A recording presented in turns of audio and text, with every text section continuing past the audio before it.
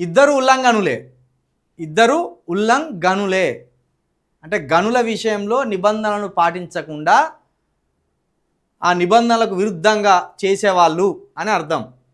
ప్రభుత్వ భూముల్లో సర్కార్ పెద్దల మైనింగ్ దందా, వారి శాఖల చట్టాలనే తుంగలో తొక్కుతూ భూపందేరం, హెచ్ఎండిఏ నిబంధనలకు విరుద్ధంగా భూ కేటాయింపు, 3,000 కోట్ల విలువైన భూములు ప్రైవేటుకు దారాదత్తం, నియోపోలిస్లోని 17 ఎకరాలు సీఎం బంధువులకు, జే నుంచి ఆర్ వరకు ఫ్లాట్లు భాగ్యలక్ష్మి మైన్స్కు.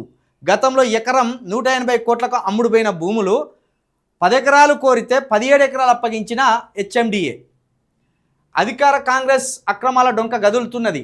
ప్రభుత్వ పెద్దల నిబంధనలు తుంగలో తొక్కి భూదందాల్లో తలమునకలవడం దుమారం రేపుతున్నది. రావ కన్స్ట్రక్షన్ అక్రమాల పర్వం అంతా ఇంత కాదు. ఎక్కడ జాగ కనబడినా ముందుగా మంత్రి గారి కంపెనీ దిగిపోవడం, అనాక భూముల్ని ఆక్రమించడం, అధికారాన్ని అడ్డం పెట్టుకొని ప్రభుత్వ రికార్డులనే మార్చేయడం పక్కా ప్రణాళికతో నడిపిస్తున్న వ్యవహారం ఇది. ఆమత్యుడి అక్రమాలకు ముఖ్య నేత వంతపాడుతున్నది వాటాల వల్లే అనేది సుస్పష్టం. హెచ్ఎండిఏ వేలం వేసిన 17 ఎకరాలను మార్గదర్శకాలు ఏవి లేకుండా సీఎం బంధువులకు క్రషర్ కోసం దారదత్తం చేశారనే ఆరోపణలు వెల్లువెత్తుతున్నాయి. ఇప్పటికే మంత్రి పొంగులేటి కుటుంబం కొత్వాల్గూడలో క్రషర్ ముసుగులో అక్రమాలకు తెరలేపింది. అటు పురపాలక శాఖ, ఇటు రెవెన్యూ శాఖ రెండు ఉల్లంఘనలకు ఊతమిచ్చే విభాగాలుగా మారిపోయాయి. 100కు 100% మంత్రి గారితోటి ముఖ్య నేతకు ఏదో డీల్ గురినట్టు అనిపిస్తుంది ప్రతి విషయంలో. ఇప్పుడు వీళ్ళు ఎవరైతే ఒక మంత్రి పేరు రాసుకొచ్చిందో పొంగులేటిది, ఆ పొంగులేటితోటి ముఖ్య నేతకు ఏదో డీల్ కుదిరినట్టు అనిపిస్తుంది. అది కొన్ని వేల కోట్ల రూపాయలు విలువ చేసే డీల్ అయి ఉంటుందేమో. అందుకే ఇట్లా ప్రభుత్వ భూములన్నిటిని చెరపట్టి ఆ శాఖ మంత్రి గారికి అప్పగించినట్టుగా కూడా అర్థమవుతుంది.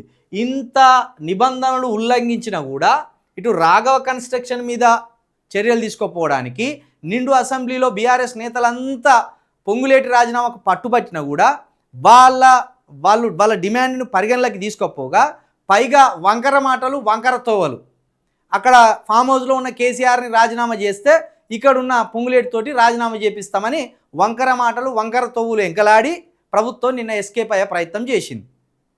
కాబట్టి ప్రభుత్వ భూములను ఎక్కడికక్కడ పరం పట్టడానికే ఈ మంత్రులు, ఈ ముఖ్య నేతలు అందరూ ఒక్కటై ఇట్లా మైనింగు యథేచ్ఛగా జరుపుకుంటున్నారు అనేది అయితే అర్థమవుతున్నది. ప్రభుత్వ భూముల్లో సర్కారు పెద్దల మైనింగ్, మీరు దీన్ని కాపాడవలసిందే వాడిగా. ఇక కోర్టులకు దగ్గరికి పోయి మరి వీటిని ఆపాలి. మరి హైకోర్టు దగ్గరికి పోయి హైకోర్టును ఆశ్రయిస్తానని ఆగుతాయా, లేకపోతే దీంట్లో ఏమన్నా ఇంకా లొసుకులు ఉంటే ఆ లొసుకులను ఉపయోగించుకొని ప్రభుత్వం ఇలా చొరబడ్డదా అనేది కూడా తెలియాలి.